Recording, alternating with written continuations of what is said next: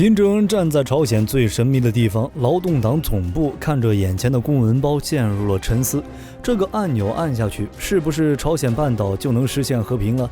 管你什么强硬派总统尹锡悦怕吗？绝对怕！谁也猜不透北边那个小胖子会不会突然来这么一招。经过多年僵局以及核谈判失败以后，朝鲜半岛局势正在升级。就在朝鲜纪念建军90周年的阅兵式上，平壤祭出最强利器火星17，并在3月份成功试射，射程达到惊人的13000公里。这是什么概念？完全可以带着核武器触及到美国领土。虽说火力军不敢确定他会飞到美国还是欧洲，别的不说，北边这个小胖子很能干，啥都敢搞。面对这一出，美国当然不干了，就你这弹丸之地还想威胁我？瞬间就祭出制裁大舰，顺便号召各个盟友谴责，强烈谴责。虽然美国不怕朝鲜这个大家伙，但为了小弟韩国心安，还是要对朝鲜恐吓一下的，要不然这小胖子太嚣张了。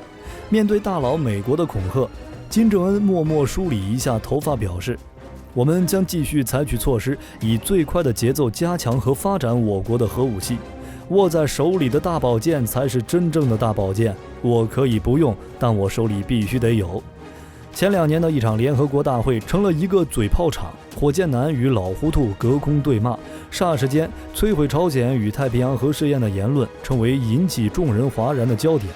时任美国总统的特朗普当然不惯着这个穷乡僻壤的小胖子，在联大发言时曾称，若有必要平了你这个小小的朝鲜，并将金正恩称为火箭男。金正恩也不甘示弱，大骂其为老糊涂，并威胁要在太平洋举行核试验。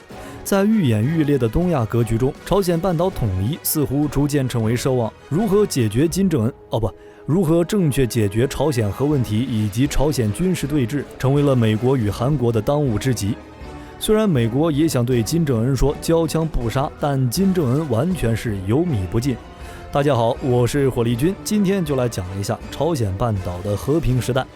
几十年前，朝鲜人民军以摧枯拉朽之势，仅用3天便占领了韩国首都，2个月的时间便占领了韩国90%的领土。韩军与美军被迫退至韩国釜山港，差点就被挤下半岛去太平洋游泳了。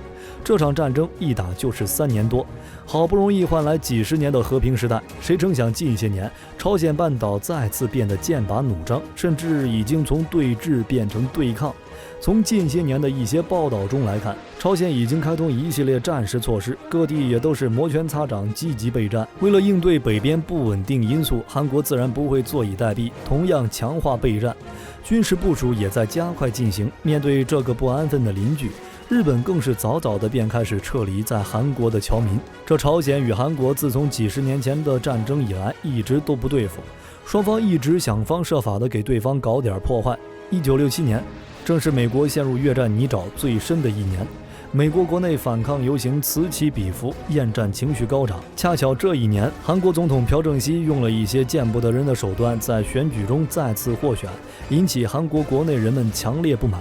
基于这2点，朝鲜高层再次蠢蠢欲动，机不可失，时不再来，这是南北统一千载难逢的机会啊！诸位可要好好把握。说干就干，今日城摸黑来到军营，点上31个人。国家考验你们的时候到了，今年给你们安排一个重要任务，前往南边干掉朴正熙。事成之后，个个都能加官进爵，老婆孩子衣食无忧。说罢，这31人便组成了敢死队，昼伏夜出，化妆成韩国反情报人员的模样，并神不知鬼不觉地穿过边境重重防御的非军事区。其实这些人的计划也很简单，直接进攻韩国总统官邸青瓦台，干掉朴正熙。结果如预想中一般顺利，31人毫不费力便来到韩国境内。为养精蓄锐，敢死队决定休整一番。好巧不巧，屁股还没坐热，不速之客便出现了。原来是4个当地村民，这4人也是倒霉，只是想砍个柴。按道理讲，这么绝密的任务，任何看到的人都要杀无赦。但31人小队不知道哪儿来的自信，居然觉得几分钟的教育就能给对方进行洗脑。要知道，就算是传销组织，这事儿也得干几个月吧。结果就是这些村民直接报了警。这警长一听可不得了，赶紧报告上级。韩国军方随即开始地毯式的搜索，结果低估了敢死队的脚程，愣是没找到。为避免被一网打尽，31人化整为零，分成3队潜入市区。谁成想，其中一个小队跑得太快，第2天便出现在距离青瓦台只有1公里的地方。为了把握这个光宗耀祖的机会，这个小队决定直接莽进青瓦台。但来到青瓦台门口时傻眼了，在他们面前出现了一个安检处。这队人大摇大摆地走到了安检处，声称自己得到了命令，可以直接进入青瓦台。这不得不引起安检人员的怀疑，谁敢轻易放进去一堆全副武装的士兵进总统府啊？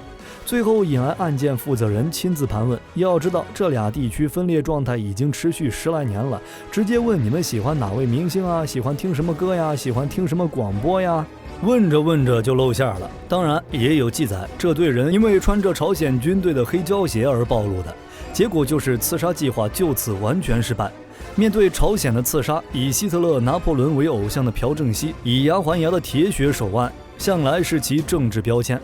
来而不往非礼也，为报一箭之仇，朴正熙决定同样组织31人组成了敢死队，准备潜入平壤，取金日成的首级。这群人在一个荒岛受着非人的折磨，像什么脑袋按进粪水里跟尸体睡觉等等，要多变态有多变态。还没执行刺杀任务，31人小队便减员了7人。然而时隔不久，待命的刺杀小队却接到了终止作战的命令。原来朝鲜半岛局势开始呈现缓和趋势，南北双方正在秘密酝酿分裂以来的首次会谈。为了不影响可能实现合作与对话的良好局势，韩国立即叫停了刺杀行动。可怜的敢死队员就这样被抛弃，并在荒岛中默默等待着国家召唤与重用。直到几年后，韩国才开始着手讨论这个烫手山芋的问题。为了保险起见，韩国做出了毁掉一切痕迹的指示，然后这群人消失了。这只是朝鲜半岛几十年对抗的一个缩影，即便到了现在，双方还想互相刺杀。近些年里，朝鲜近乎疯狂地在测试理论上能打到美国去的核武器。当注意到朝鲜这些小九九的时候，当时时任美国总统的特朗普更是威胁要以炮火与怒火回应朝鲜。那是自朝鲜战争结束几十年以来，许多韩国人感觉距离战争最近的一次了，甚至是多灾多难的半岛爆发核战争。后来发生了一件了不起的大事，那就是韩国前总统文在寅在各方游说的情况下，终于将美国前总统特朗普与朝鲜领导人金正恩聚在了一起。这可不得了，相互看起来不顺眼的2个人居然能坐在一起，搞了个金特会。在朝韩关系最大危机的这段时间，文在寅一直保持住了和平。不得不说，文在寅游说能力真不错，放到战国时期怎么也是一个优秀的纵横家。然而随着文在寅总统卸任，美韩与朝鲜之间的和事佬消失了，那一年的希望也随之破灭。尤其是在2019年，美朝之间的一项协议破裂，象征着韩国与朝鲜的蜜月期也消失了。新婚过后只剩下无尽争吵，直至2个人分开。自此以后，韩国与朝鲜一直都处于僵局之中。与此同时，金正恩继续研制着大规模杀伤性武器，并且还进行了多次核试验。趁着俄乌战争吸引全世界的目光，金正恩正在偷偷壮大自己的实力。对于朝鲜当前局势，外界知之甚少。朝鲜因为新冠所实施的边境封闭，既阻止了人员流通，也阻止了信息外露。外界唯一明确的就是，尽管西方国家已经发起诸多针对朝鲜的国家制裁，但金正恩仍在继续研发核武器，并且越来越先进。就在今年3月份，朝鲜自2018年峰会以后，首次试射了第1枚洲际弹道导弹，它比朝鲜以前发射的导弹都要持续更久，飞得更远。对于目前来说，韩国与朝鲜已经很难坐在一个桌子上吃饭了。因为韩国选出来一个强硬派新总统尹锡悦，他曾公开表示，朝鲜是我们主要敌人。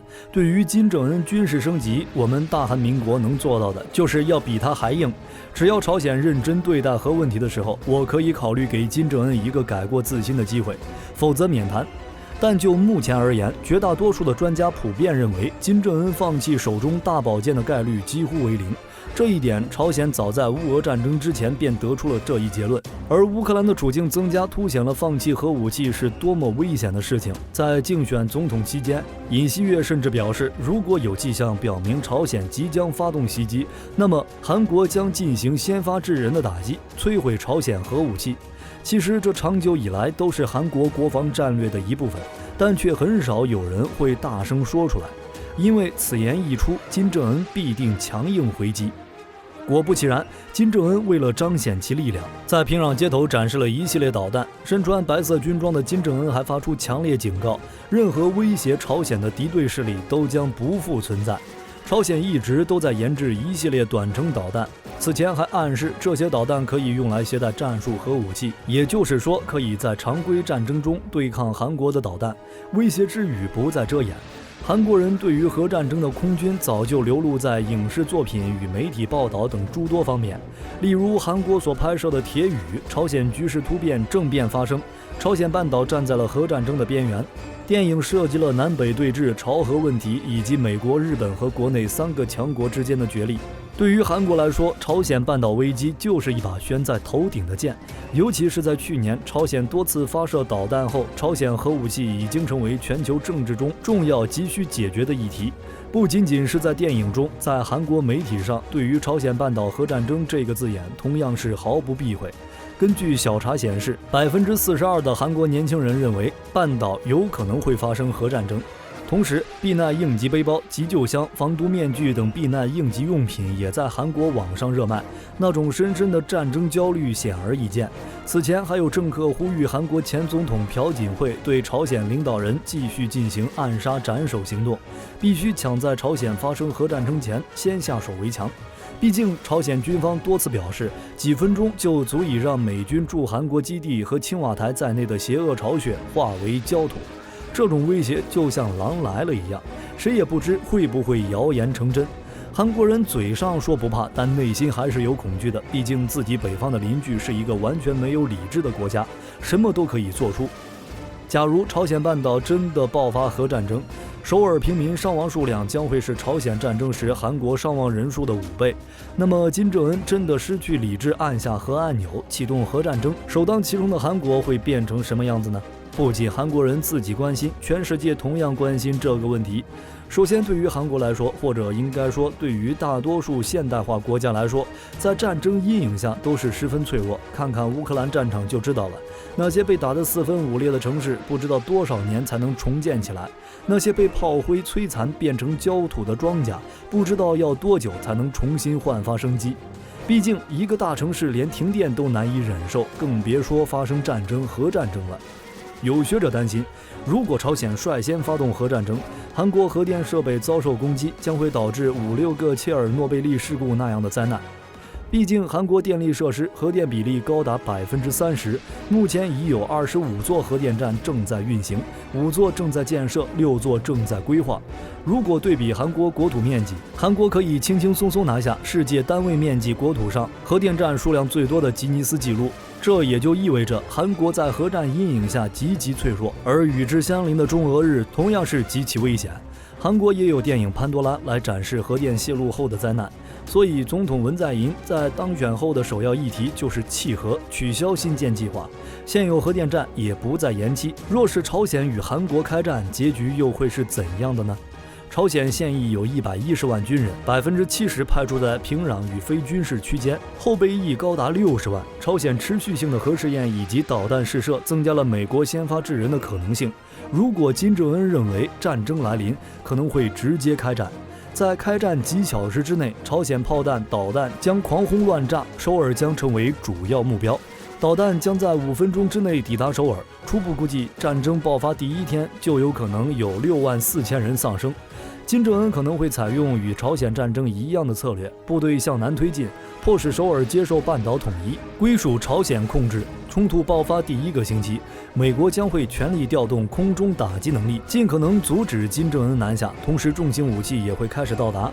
美军在战区的军事硬件部署将翻一番，从日本到德克萨斯，满载步兵、坦克、装甲车、重型火炮等所有必需战略物资的军舰将被派往半岛附近海域。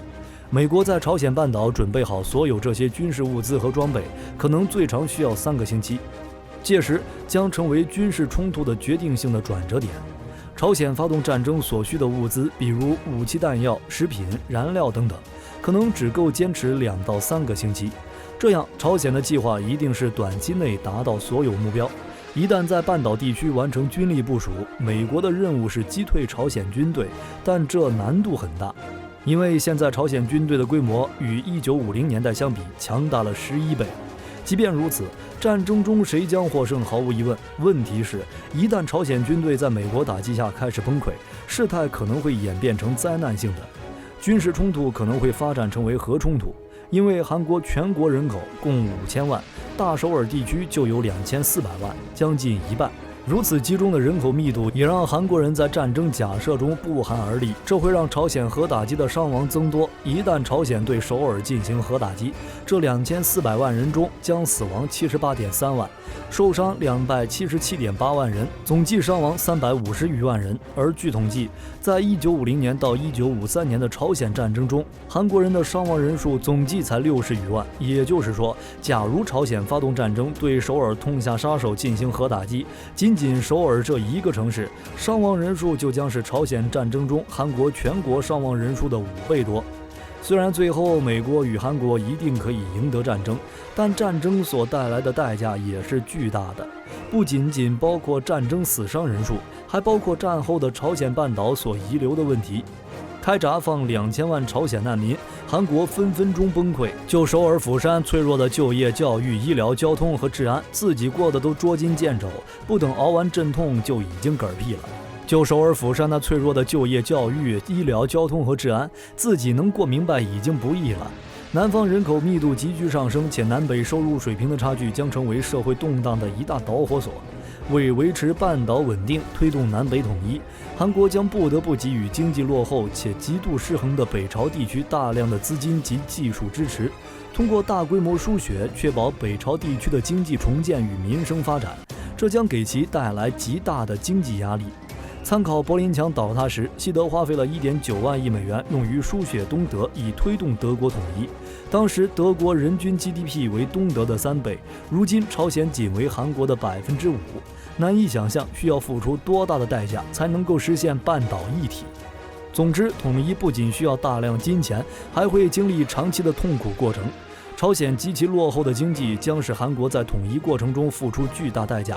虽然一个统一的朝鲜半岛从投资上看是值得的，但如何为统一买单始终是一个大难题，需要自现在开始从长计议。你们觉得朝鲜半岛以后的局势会到哪一步呢？会不会走向统一？又会有多少国家来组织半岛统一呢？欢迎评论区谈论一下。我是火力军，咱们下期再见。